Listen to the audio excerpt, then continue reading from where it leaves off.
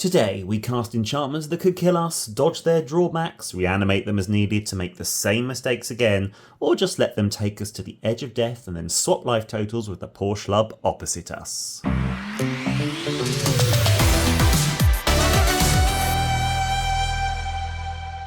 Give me a commander with an obvious way of building her and I will go in the complete opposite direction, and that is why today we are building Anikthea as a mostly mono-black enchantment deck. Anikthea, Hand of Erebos, is a 4/4 for 5 that has Menace and gives other enchantment creatures you control Menace, and whenever Anikthea enters the battlefield or attacks, exile up to one target non-aura enchantment card from your graveyard. Create a token that's a copy of that card, except it's a 3/3 black zombie creature in addition to its other types.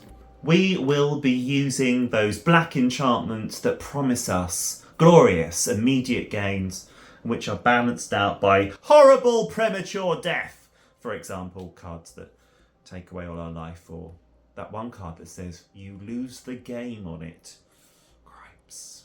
So, the game plan. We are going to control the early game with lots of board wipes and rattlesnake enchantments, and then we're going to outvalue our opponents in the mid to late game with lots and lots of card draw and graveyard recursion, courtesy of our commander Anikthea. Demonic Pact is the poster child for this type of enchantment, value over 3 turns, and then on the 4th, you just straight up lose the game.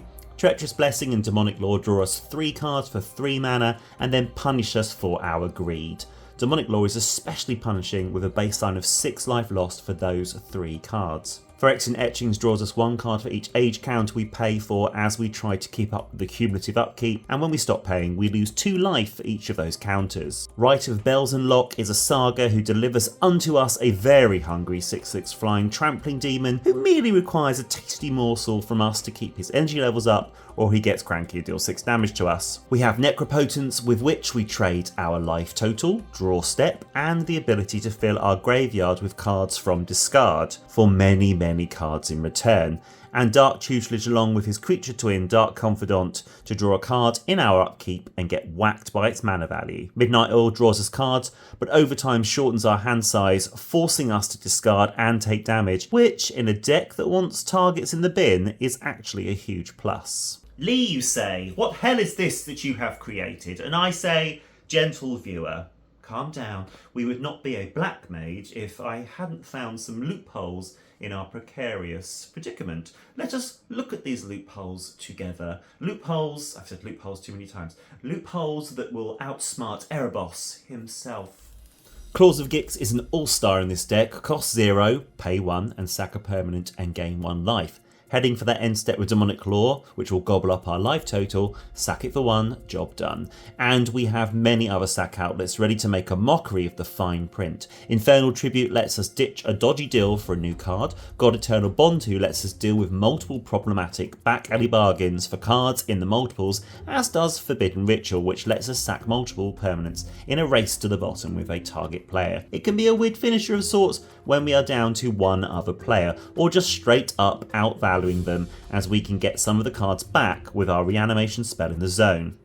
Naming Enchantment with Braids can often lead to lots of cards for us. Most times I encounter this card, players are just not willing to affect their board to stop you having a card. Love how Braids is making deals here, it's super flavourful. A suspended Curse of the Cabal, get it now before Doctor Who rolls around because suspend is a theme in that upcoming set, gives us the option to sack things in our upkeep to keep it at bay by putting time counters on it, but also gives us a late game spell to wreck an opponent.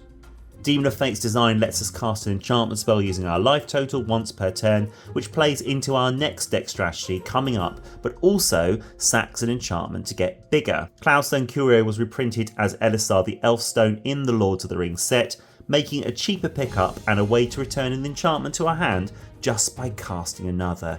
Who says you can't have it all? However, if we find ourselves trapped in our deal, we can make it work in our favour. Imagine you've cast some Demonic Law, you've got a fistful of cards, and you're about to lose lots and lots of life. Then you cast Anikthea and you reanimate this. Soon, what was our problem is going to be somebody else's problem. This and the following cards put us in control of how we approach our dark deals. Dodge the drawback or purposely lose the life so that we can swap your created life total with the poor Shelob next to you. Reverse the Sands lets you redistribute life totals as you see fit. Mages of the Wheel and Profane Transfusion, which also nets you a horror with power and toughness equal to the difference, lets us do a straight up one-on-one life swap. Repaying Kind is the sort of spell I love. The game has got to end, and if I'm down here at 5 life, you can all join me. Maybe save this for when you've got some blockers in place for the ensuing carnage. Easily the best way to win, and I have pulled this off in real life with my Queen Marchesa build, is having Phyrexian Unlife in play that says you don't lose the game for having 0 or less life, then having 0 or less life through Necropotence or one of our life swapping transactions, and then swapping your 0 life total with an opponent. This is why Anikthea is absolutely perfect for this deck. With her ETB and her attack triggers, we can carefully control the types of enchantments we want to have in play when we're ready to have Treacherous Blessing back. We get our 3/3 Treacherous Blessing, where as a menace creature we're also drawing 3 cards. We can let that stay in play if we want to and carefully curate our life total by casting lots of spells, or we can use one of our sacrifice triggers to get rid of that token that's been created by Anikthea. The other thing that I've done in the deck is I have carefully placed cards that help us bring that life total down. We have the 3 talismans for the Azban colour identity, all allowing us to deal 1 damage to ourselves. We have Ramp in the form of Blightsteel Druid and Vesper Ghoul, both allowing us to pay 1 life to add mana to our mana pool. We have Shocklands and Painlands that deal damage to us as well. And Erebos, God of the Dead.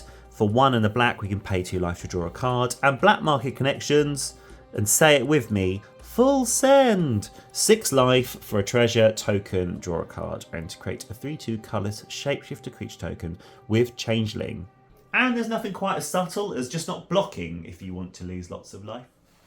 I said earlier one of the strategies of the deck is for the early game, which is going to be board wipes, but also I've included lots of enchantments, rattlesnake enchantments, that say you probably should attack somebody else, because if you don't, I'm going to destroy your creatures or you're going to lose heaps of life.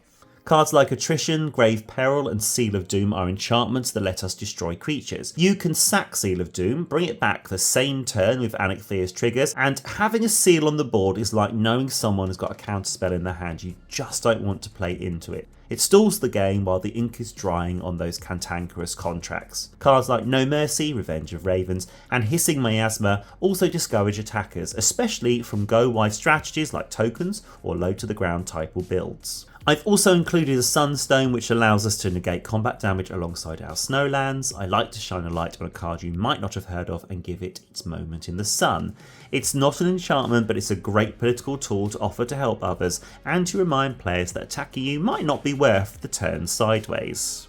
All this is supplemented by the big black wipes. Damnation, Toxic Deluge, which we can also use to pay a huge amount of life and then engage in life swap shenanigans. Blood on the Snow, which works well with our Snowland mana base. Degree of Pain, with its flexibility for the mid and late game, and a Doomwake Giant dishing out -1s with each enchantment entering the field. Having a reanimation spell in the command zone just screams mill and fill to me, so we have loads of ways to fill up those empty plots. Bog Witch, adding mana for discarding a card gets nutty when you are discarding an enchantment and using that mana to cast your commander, who brings back that enchantment. Timuret Calls the Dead mills us and gives bodies. We can feed to the right of Belzen Lock Demon later, and gives us scry and life gain for the number of zombies we control. And remember, Anikthea makes resurrected enchantments into zombies. Nice synergy. Maya Triton mills us and gives us Death Touch to dissuade early combat while we set up. Palantir of Orthanc and Perpetual Timepiece are artifacts that give us more mill,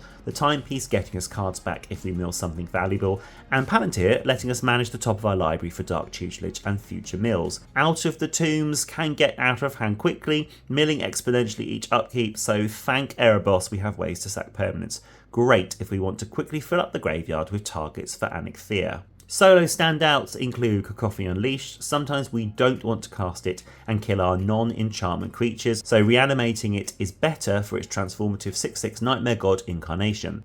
Ephemia, the Cacophony, gives us the option to pick through our graveyard for unwanted enchantments and turn them into 2/2 black zombie creature tokens. Everything in this deck has a use. It's very pro recycling. This is a very fun list. We have lots of options how we're going to win, but don't forget the most basic way we can win, 3/3 menacing creatures, because menace breaks a fundamental rule in Magic. If I've got a creature, I can chump block another creature. I can protect my life total and I can stop combat triggers. Menace really confuses that because all of a sudden you need 2 creatures to chump block, and that makes things a complete headache in combat. And we're going to be creating lots and lots of menace triggers because Anikthea is a bit like one of the Titans, like Primeval Titan, Inferno Titan, because she has it comes in and does that and attacks. So if you throw in something that gives her haste as well, you could be resurrecting 2 enchantments with menace. That is putting an opponent on the clock. And that chump blocker ain't going to help you at all. So there are many routes to victory peppered throughout this deck, and lots of ways we can kill ourselves. And if that doesn't sound like a mostly mono black build, I don't know what does. Thank you so much for spending your time with me today. I really appreciate it. And if you found some value in this, if it was entertaining, if you've been inspired, please subscribe. It would mean the world to me. And if you subscribe, you won't lose the game on the end step.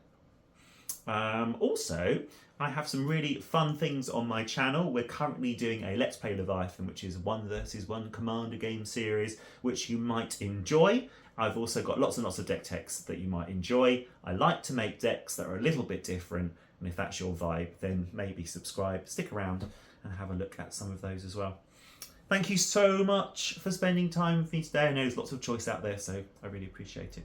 This has been MTG Specs. I've been Lee, and I hope to see you next time on the channel. Thank you.